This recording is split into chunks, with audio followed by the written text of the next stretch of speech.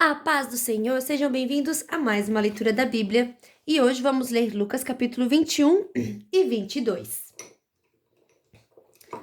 Lucas capítulo 21. Opa, já tô anotando aqui, tem que anotar aqui também. Gente, olha que bênção, olha que bênção.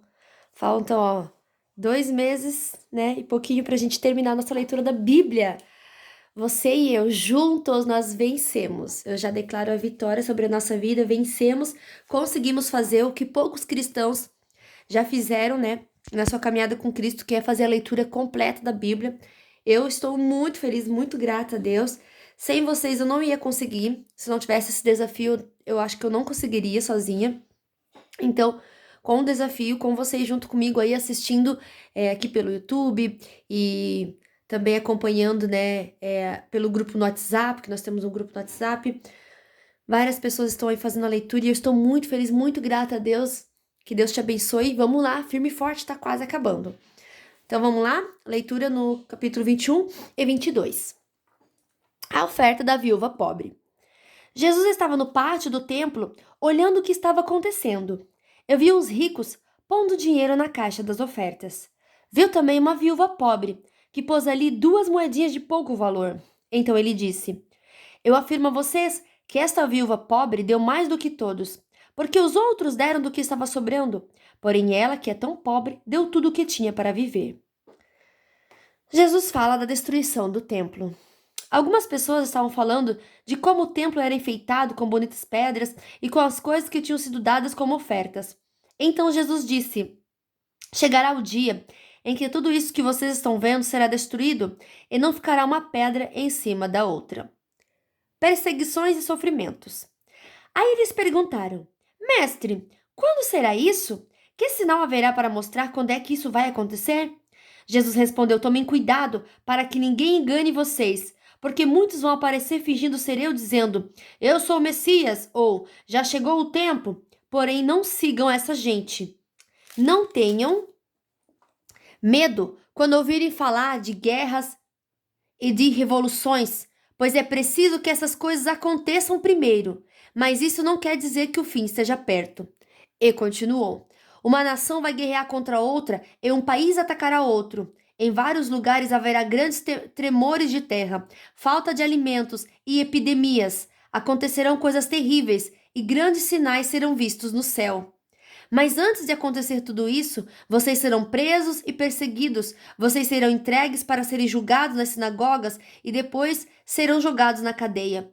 Por serem meus seguidores, vocês serão levados aos reis e aos governadores para serem julgados. E isso dará oportunidade a vocês para anunciar o evangelho. Resolvam desde já que não vão ficar preocupados antes da hora com o que dirão para se defender, porque eu lhes darei palavras e sabedoria que os seus inimigos não poderão resistir nem negar. Vocês serão entregues às autoridades pelos seus próprios pais, irmãos, parentes e amigos, e alguns de vocês serão mortos.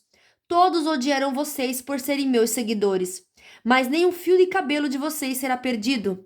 Fiquem firmes, pois assim vocês serão salvos. Jesus fala da destruição de Jerusalém. Jesus disse ainda: Quando vocês virem a cidade de Jerusalém cercada por exércitos, fiquem sabendo que logo ela será destruída. Então, os que estiverem na região da Judéia, que fujam para os montes. Quem estiver na cidade, que saia logo. Quem estiver no campo, que não entre na cidade. Porque aqueles dias serão os dias do castigo, e neles acontecerá tudo o que as Escrituras Sagradas dizem. Ai das mulheres grávidas e das mães que ainda estiverem amamentando naqueles dias, porque virá sobre a terra uma grande aflição, e cairá sobre esta gente um terrível castigo de Deus. Muitos serão mortos à espada, e outros serão levados como prisioneiros para todos os países do mundo, e os não-judeus conquistarão Jerusalém, até que termine o tempo de eles fazerem isso. A vinda do Filho do Homem. E Jesus continuou: Haverá sinais no sol, na lua e nas estrelas e na terra. Todas as nações ficarão desesperadas com medo do terrível barulho do mar e das ondas. Em todo o mundo, muitas pessoas desmaiarão de terror ao pensarem no que vai acontecer, pois os poderes do espaço serão abalados.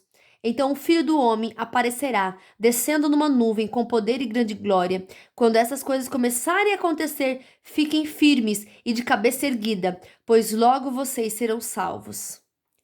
A lição da figueira. Em seguida, Jesus fez esta comparação.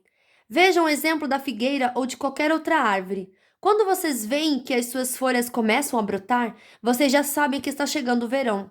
Assim também, quando virem acontecer aquelas coisas, fiquem sabendo que o reino de Deus está para chegar. Eu afirmo a vocês que isso é verdade, essas coisas vão acontecer antes de morrerem todos os que agora estão vivos. O céu e a terra desaparecerão, mas as minhas palavras ficarão para sempre. A necessidade de vigiar. E Jesus terminou dizendo: fiquem alertas, não deixem que as festas ou as bebedeiras ou os problemas desta vida façam vocês ficarem tão ocupados que aquele dia pegue vocês de surpresa, como se fosse uma armadilha, pois ele cairá sobre todos no mundo inteiro. Portanto, fiquem vigiando e orem sempre, a fim de poder escapar de tudo o que vai acontecer e poder estar de pé na presença do Filho do Homem quando ele vier. Jesus ensinava no pátio do templo todos os dias, mas à noite ia para o Monte das Oliveiras e ficava ali até de manhã. E todo o povo ia de madrugada para o templo a fim de ouvi-lo. Capítulo 22. O plano para matar Jesus. Faltava pouco tempo para a festa dos pães sem fermento chamado Páscoa. Os chefes dos sacerdotes e os mestres da lei procuravam um jeito para matar Jesus em segredo, porque tinham medo do povo. Judas traz Jesus. Então Satanás entrou em Judas, chamado Iscariotes, que era um dos 12 discípulos. Judas foi falar com o chefe do sacerdote e com os oficiais da guarda do templo para combinar a maneira como ele ia lhes entregar Jesus. Eles ficaram muito contentes e prometeram dar dinheiro a ele. Judas aceitou e começou a procurar uma oportunidade para entregar Jesus a eles, sem que o povo ficasse sabendo. Jesus manda preparar a Páscoa. Chegou o dia da festa dos pães sem fermentos, dia em que os judeus matavam carneirinhos para comemorar a Páscoa. Então Jesus deu a Pedro e a João a seguinte ordem: vão e preparem para nós o jantar da Páscoa. Eles perguntaram: onde o Senhor quer que a gente prepare o jantar? Jesus respondeu: escutem, quando entrarem na cidade, um homem carregando um pote de água vai se encontrar com vocês. Sigam esse homem até a casa onde ele entrar e digam ao dono dela: o mestre mandou perguntar a você onde fica a sala em que ele e os seus discípulos vão comer o jantar da Páscoa. Então ele mostrará a vocês uma grande sala mobiliada no andar de cima. Preparem ali o jantar. Os 2 discípulos foram até a cidade e encontraram tudo como Jesus tinha dito. Então prepararam o jantar da Páscoa. A ceia do Senhor. Quando chegou a hora, Jesus sentou-se à mesa com os apóstolos. Ele lhes disse: como tenho desejado comer esse jantar da Páscoa com vocês antes do meu sofrimento? Pois eu digo a vocês que nunca comerei esse jantar, até que eu coma o verdadeiro jantar que haverá no reino de Deus. Então Jesus pegou o cálice de vinho, deu graças a Deus e disse: peguem isto e repartam entre vocês, pois eu afirmo a vocês que nunca mais beberei deste vinho, até que chegue o reino de Deus. Depois pegou o pão e deu graças a Deus. Em seguida partiu o pão e deu aos apóstolos, dizendo: isso é o meu corpo, que é entregue em favor de vocês. Façam isto em memória de mim. Depois do jantar, do mesmo modo, deu a eles o cálice de vinho, dizendo: este cálice é a nova aliança feita por Deus com o seu povo, aliança que é garantida pelo meu sangue, derramado em favor de vocês. Mas vejam, o traidor está aqui, sentado comigo à mesa, pois o Filho do Homem vai morrer da maneira como Deus já resolveu. Mas ai daquele que está traindo o Filho do Homem. Então os apóstolos começaram a perguntar uns aos outros quem seria o traidor. Quem é o mais importante? Os apóstolos tiveram uma forte discussão sobre qual deles deveria ser considerado o mais importante. Então Jesus disse: os reis deste mundo têm poder sobre o povo, e os governadores são chamados de amigos do povo. Mas entre vocês não pode ser assim. Pelo contrário, o mais importante deve ser como o menos importante, e o que manda deve ser como o que é mandado. Quem é mais importante? É o que está sentado à mesa para comer ou é o que está servindo? Claro que é o que está sentado à mesa. Mas entre vocês eu sou como aquele que serve. Vocês têm estado sempre comigo nos meus sofrimentos. Por isso, assim como meu pai me deu o direito de governar, eu também dou o mesmo direito a vocês. Vocês vão comer e beber à minha mesa no meu reino e sentarão em tronos para julgar as 12 tribos de Israel. Jesus avisa Pedro. Jesus continuou: Simão, Simão, escute bem. Satanás já conseguiu licença para pôr vocês à prova. Ele vai peneirar vocês como o lavrador peneira o trigo, a fim de separá-lo da palha. Mas eu tenho orado por você, Simão, para que não lhe falte fé. E quando você voltar para mim, anime os seus irmãos. Então Pedro disse a Jesus: Estou pronto para ser preso e morrer com o Senhor.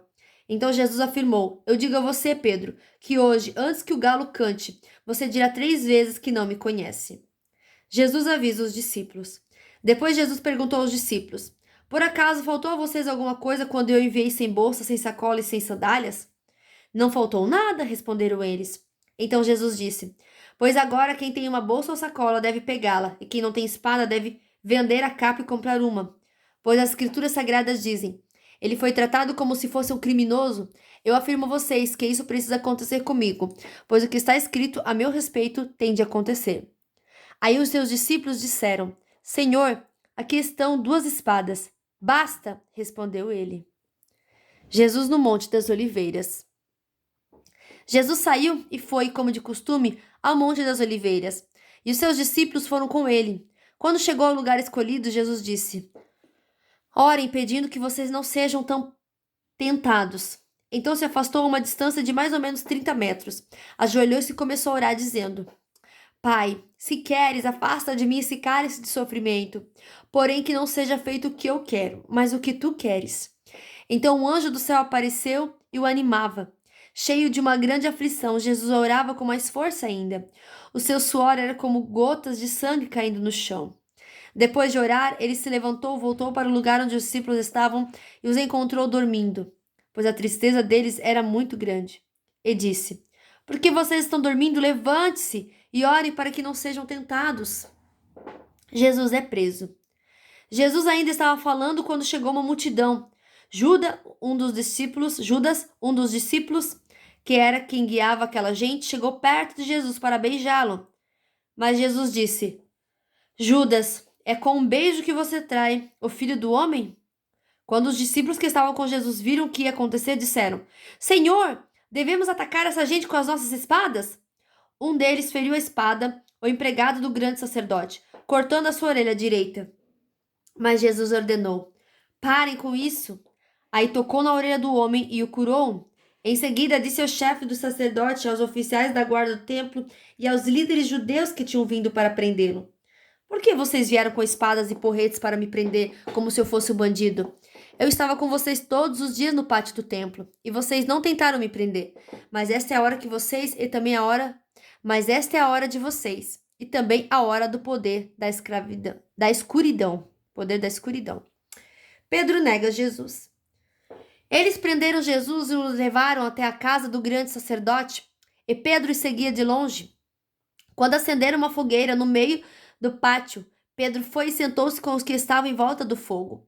Uma das empregadas ouviu sentado ali perto da fogueira, olhou bem para ele e disse: Este homem também estava com Jesus? Mas Pedro negou, dizendo: Mulher, eu nem conheço esse homem.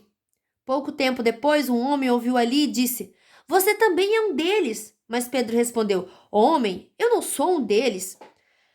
Mais ou menos uma hora depois, outro insistiu: Você estava mesmo com ele, porque também é galileu. Mas Pedro respondeu: Homem, eu não sei do que é que você está falando. Naquele instante, enquanto ele falava, o galo cantou. Então o Senhor virou-se e olhou firme para Pedro. E ele lembrou das palavras que o Senhor lhe tinha dito: Hoje, antes que o galo cante, você dirá 3 vezes que não me conhece. Então Pedro saiu dali e chorou amargamente. Os guardas batem em Jesus. Os homens que estavam guardando Jesus zombavam dele e batiam nele, taparam os olhos dele e perguntavam: Quem foi que bateu em você? Adivinhe. E diziam muitas outras coisas para insultá-lo. Jesus diante do Conselho Superior. Quando amanheceu, alguns líderes dos judeus, alguns chefes dos sacerdotes e alguns mestres da lei se reuniram. Depois mandaram levar Jesus diante do Conselho Superior. Então lhe disseram: Diga para nós se você é o Messias. Ele respondeu: Se eu disser que sim, vocês não vão acreditar. Se eu fizer uma pergunta, vocês não vão responder. Mas de agora em diante o Filho do Homem se sentará do lado direito de Deus Todo-Poderoso. Do Deus Todo-Poderoso. Aí todos perguntaram: Então você é o Filho de Deus? Jesus respondeu: São vocês que estão dizendo isso. E eles disseram: Não precisamos mais de testemunhas, nós mesmos ouvimos o que ele disse. Fim da nossa leitura de hoje. Que Deus abençoe a sua vida poderosamente e até amanhã. Tchau!